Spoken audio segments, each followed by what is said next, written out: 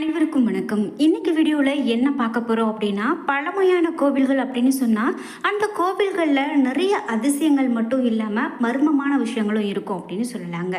அறிவியலுக்கே சவால் விடக்கூடிய புலப்படாத பல மர்ம முடிச்சுகள் கொண்ட கோவில்கள் நம்ம தமிழகத்தில் கூட நிறைய கோவில்கள் இருக்குது. நாம் இன்னைக்கு என்ன பார்க்க போகிறோம் அப்படின்னா, இது போல் ஒரு பல மர்ம முடிச்சுகள் கொண்ட ஒரு கோவில் தான் பூரி ஜெகநாதர் கோவில். இந்த கோவில் சோழ மன்னன் அனந்தவர்மன் சோதங்க தேவன் அப்படின்னு சொல்லக்கூடிய தமிழ் மன்னரால் கட்டப்பட்டதுங்க.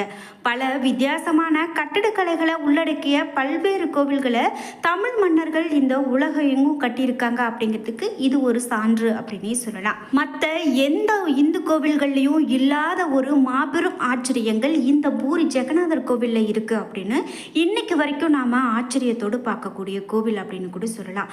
இங்கு மூலவர் சிலை புனித வேம்பு அப்படின்னு சொல்லக்கூடிய தாது பிரம்மத்தால் செய்யப்பட்டிருக்குங்க.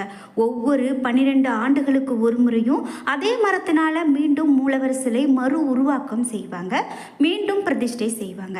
சரி, இப்போ ஏன் நாம் இந்த பூரி ஜெகநாதர் கோவில் பற்றி பேசுகிறோம் அப்படின்னு சொன்னால், 46 ஆண்டுகளுக்கு பிறகு இந்த கோவிலில் ஒரு ரகசிய அறை திறக்கப்பட்டிருக்கு அப்படின்னு சொல்கிறாங்க. அதாவது இந்த கோவிலுடைய ரகசிய அறையில் என்ன இருக்குது அப்படிங்கிறது பார்க்கறதுக்கே ரொம்பவே ஆர்வமோடு மக்கள் இருக்காங்க. அதாவது ஒடிசாவில் இருக்கக்கூடிய புகழ்பெற்ற பூரி ஜெகநாதர் கோவிலில் பொக்கிஷ அறையான ரத்னபந்தர் 46 ஆண்டுகளுக்கு பிறகு திறக்கப்பட்டிருக்கு. இதை பற்றி தான் நம்ம முழுமையாக இந்த வீடியோவில் தெரிஞ்சுக்க போகிறோம்.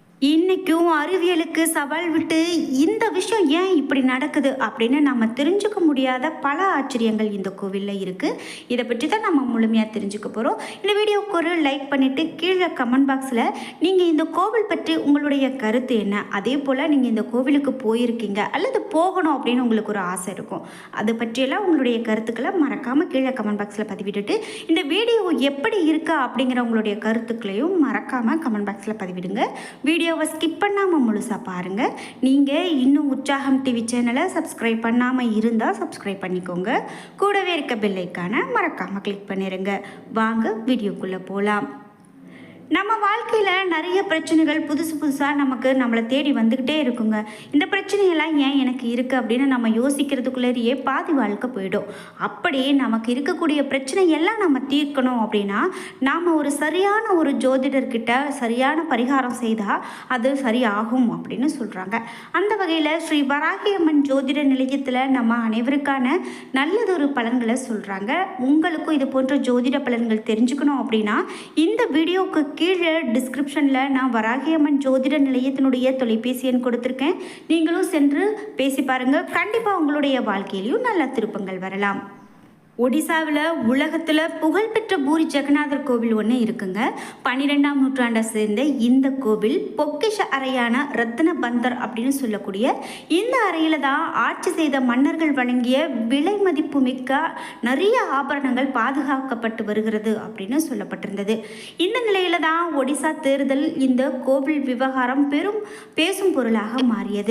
இந்த ரத்னபந்தர் அப்படின்னு சொல்லக்கூடிய இந்த பெட்டியானது இதற்கு முன்பு 1978 இந்த அறை திறக்கப்பட்ட நிலையில் தற்போது 46 ஆண்டுகளுக்கு பிறகு இப்போ திறக்கப்பட்டிருக்கிறது அப்படின்னு சொல்லலாம்.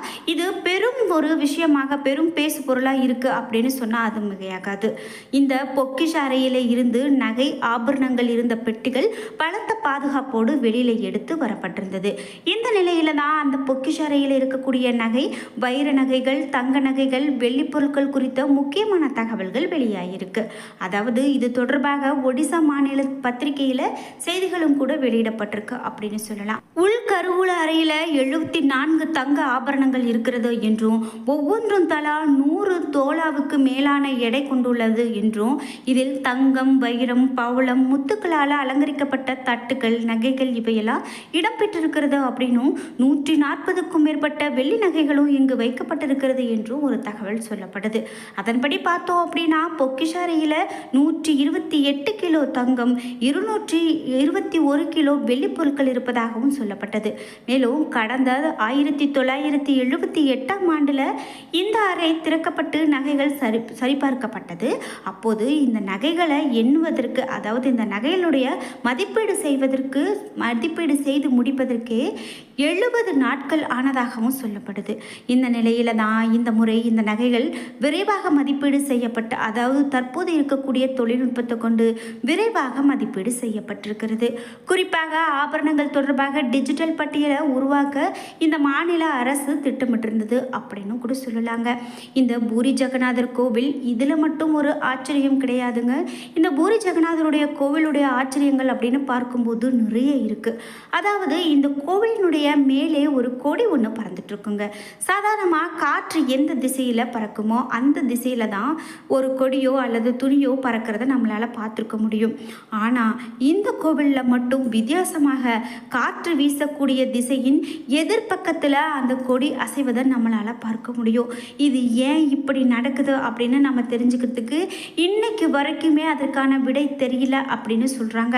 அப்படி இந்த பூரி ஜெகநாதர் ஆலயத்தில் மிக பெரும் ஆச்சரியங்கள் இன்றைக்கும் நடந்துட்டுருக்கு. இந்த கோவிலில் முக்கியமான விஷயம் என்ன அப்படின்னா, கிருஷ்ணருடைய இதயம் இந்த கோவிலில் இன்னைக்கும் பாதுகாக்கப்பட்டு வருகிறது என்றும் ஒரு தகவல் சொல்லப்படுது. இது புராணங்கள் வழியாக சொல்லக்கூடிய கதைகளாக கூட இருக்கலாம். ஆனால் இது எந்த அளவுக்கு உண்மை அப்படிங்கிறத விட இது கேட்பதற்கே மிகவும் சுவாரஸ்யமானதாகவும் ரொம்பவே நம்பிக்கையோடு நிறைய மக்கள் சொல்வதாகவும் இருக்குது அப்படின்னு சொன்னால் அது மிகையாகாது. இதோடு இந்த கோவிலில் இருந்து கிருஷ்ணர் கிளம்பி ராமேஸ்வரம் சென்று மீண்டும் மதியம் இங்கு வருவார் அப்படின்னும், அதோடு இங்கு அவர் வரதால தான் மதியம் இங்கு தடபுடலாக உணவுகள் சமைக்கப்படுவதாகவும் ஒரு தகவல்கள் சொல்லப்படுகிறது என்றால் அது மிகையாகாது. இந்த கோவில் அப்படின்னு பார்க்கும்போது நம்ம தமிழகத்தில் ஏகப்பட்ட கோவில்கள் இன்றைக்கும் பழமையான கோவில்களில் நாம் மறுக்க முடியாத உண்மைகளாக நிறைய விஷயங்கள் இருக்குது. ஆனால் இதெல்லாம் ஏப்பா இப்படி நடக்குது, இது எப்படி அந்த காலத்தில் செஞ்சுருப்பாங்க, இந்த தொழில்நுட்பம் இவ்வளவு தூரம் வளர்ந்துருக்கும் போது கூட நம்மளால் இந்த விஷயங்களெல்லாம் செய்ய முடியாது அப்படின்னு சொல்லக்கூடிய நேரத்தில் இப்படி நூற்றுக்கணக்கான வருடங்கள் போன பிறகும் கூட இன்றைக்கும் நாம் வாய்ப்பிழந்து பார்க்கக்கூடிய அதிசயமாகவே இது போன்ற கோவில்கள் இன்றைக்கும் இருந்துக்கிட்டு தான் இருக்குது. இன்றைக்கி என்ன தான் நாம் செய்தாலும் கூட அந்த தொழில்நுட்பத்திற்கு ஈடாகாது அப்படின்னு சொல்கிறாங்க. சுமார் 12ஆம் நூற்றாண்டில் கட்டப்பட்டது இந்த கோவில் அப்படின்னு சொல்வதை காட்டிலும் தமிழ் மன்னர்களால் கட்டப்பட்டது அப்படின்னு சொல்வது நமக்கு இன்னும் பெருமை சேர்க்கும் விதமாக இருக்குது அப்படின்னு சொல்லலாம். நம்ம தமிழ் மன்னர்கள் இது போன்ற கோவில்கள் மட்டும்தான் கட்டியிருக்காங்களா அப்படின்னு கிடையாதுங்க. உலகம் முழுவதும் இன்றைக்கும் மிக பெரும் ஆச்சரியங்களை நிகழ்த்திக்கிட்டு இருக்கக்கூடிய கோவில்களில் இந்த கோவில்களும் ஒன்று அப்படின்னு சொல்லலாம். இந்த பூரி ஜெகநாதர் கோவில் அப்படின்னு நாம் பார்க்கும்போது இங்கிருந்து மூலவர் ஜெகநாதர், அவருடைய சகோதரர் பாலபத்ரா மற்றும் சுபத்ரா தேவி ஆகியோருடைய மரச்சிலைகள் பிரம்மாண்டமான முறையில் 3 தனித்தனி தேர்களில் வைக்கப்பட்டு இழுக்கப்படும்.